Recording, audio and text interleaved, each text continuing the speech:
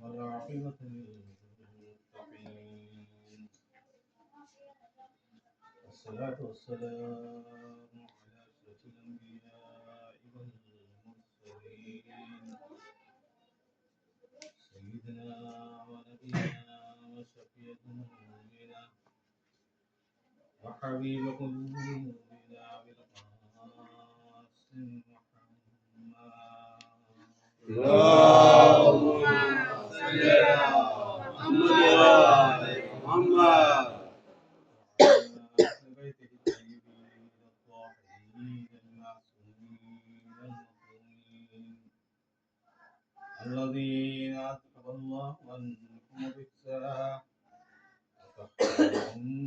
تطهيرا اللهم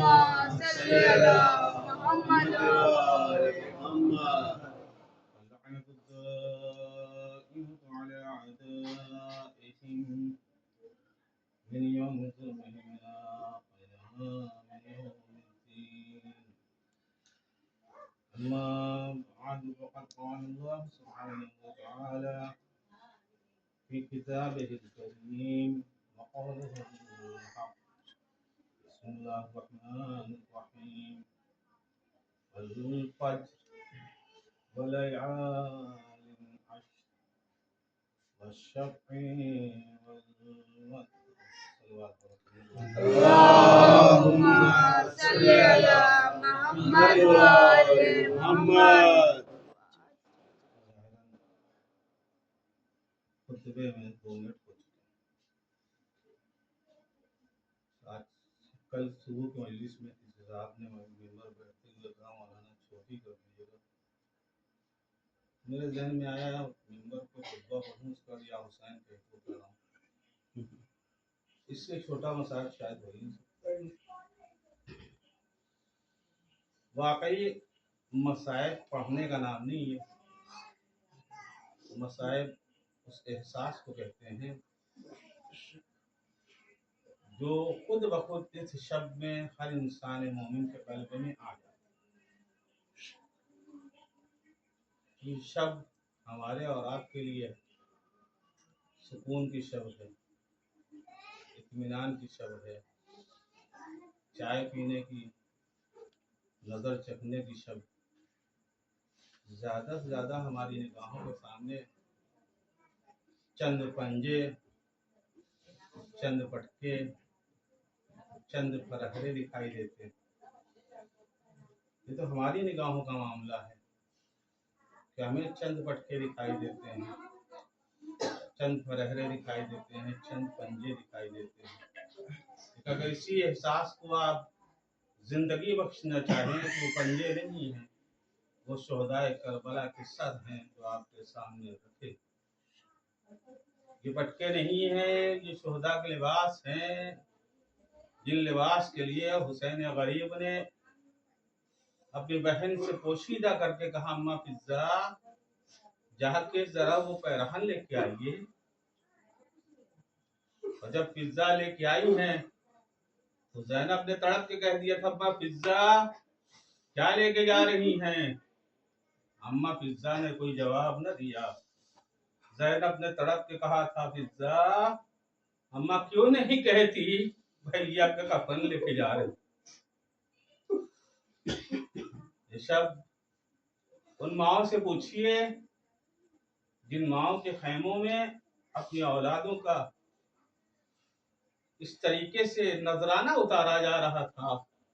کہ ہر ماں اپنی اولاد کو آمادہ کر رہی تھی میرے لال کل قربانی کا دن ہے ہوشیار رہنا علی اکبر کی شہادت سے پہلے تمہیں قربان ہونا ہے ہوشیار رہنا اور محمد کی باری بعد میں آئے تمہیں اپنی جان پہلے قربان کر دینی ہے انہی خیام میں 2 خیمے ایسے موجود تھے جس خیمے کی بیوی کیا گوش میں کوئی نہ تھا اگر تھے بھی بہت چھوٹے تھے ایک جناب ام کلثوم تھی جو خیمے میں بیٹھی گھریا کر رہی تھی آقا میرے اللہ کل کا دن بھائی پہ قربانی کا دن ہے آقا میری آغوش خالی ہے آقا میری کوئی اولاد نہیں ہے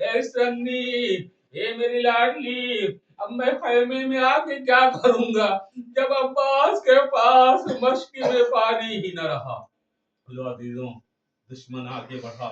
ایک گرز مارا ہے، عباس گھوڑے پہ سنبھل نہ سکے، زمین پر آئے ہیں۔ بار بار ماں یہ کہہ کے روتی رہی، اتنا تو بتا دو کربلا میں جتنے شہید ہوئے ہیں،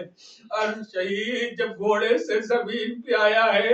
تو زمین پہ آتے ہوئے اپنے ہاتھوں کا سہارا لیا ہوگا، لیکن یہ بتاؤ میرا غازی عباس جب گھوڑے سے زمین پہ آئے دونوں ہاتھ بریدہ ہو چکے تھے، میرے غازی نے سہارا کس سے لیا تھا؟ یہ کہہ کے ماں ہمیشہ روتی رہی۔ عزیزوں، وہ وقت بھی آیا جب عباس نے صدا بلند کی، آقا علیک منی السلام۔ اب جو حسین غریب کی طرف عباس کے سلام کی صدا پہنچی ہے، حسین نے کمر پہ ہاتھ رکھ دیا، الان انکسر ظہری، اے عباس تیرے مرنے سے میری کمر ٹوٹ گئی۔ جو عزیزوں، عباس کے قریب حسین پہنچے ہیں، ایک بار حسین نے عباس کے سر کو اٹھایا، زانوں پہ رکھا ہے، عباس کوئی تکلیف تو نہیں؟ یا آقا تکلیف تو نہیں ہے، بس ہاں جب پہلی بار دنیا میں آیا تو لوگ کہتے ہیں کہ میری نگاہ نے سب سے پہلے آپ کو دیکھا تھا، یا آقا اب دنیا سے جا رہا ہوں، ارادہ یہ ہے کہ آخری نگاہ بھی آپ کو بھر کے دیکھوں۔ عزیز عباس کس بات کی تکلیف ہے؟ آقا میرے آنکھوں میں تیر لگا ہوا ہے، آقا ممکن ہو تو تیر نکال دیجئے جس کے بعد ہم آپ کی زیارت کر سکیں۔ حسین غریب نے اپنے بھائی کی آنکھوں سے تیر کیسے نکالا ہوگا یہ آپ تصور کیجئے گا، لیکن ہاں جب عباس نے حسین کو دیکھ لیا، ایک بار حسین جی میری طرف کے عباس سے کہا، اے میرے بھائیا، ارے ساری زندگی گزر گئی، ہمیشہ آپ نے مجھے آقا کہا، آج آخری میری بھی تمنا پوری کر دے، اے عباس آج بھائیا کہہ کے بلا دے۔ عجب اللہ، اب جو عباس نے آقا حسین کو بھائی کہا ہے تو مقاتل نے لکھا زبان عباس سے بھائی نہیں نکل رہا تھا۔ ایک بار عباس نے مدینے کی جانب سے، اے اماں ام المؤمنین، ارے آپ نے تو کہا تھا آقا کو آقا کہنا، آج آقا کا حکم ہے کہ بھائی کہہ دوں، اب جو عباس نے بھائی کہا، روح عباس پرواز کر گئی۔ وسيعلم الذين ظلموا يوم القيامة إن لله وإنا إليه راجعون، رضا بقضائه وتسليما لأمره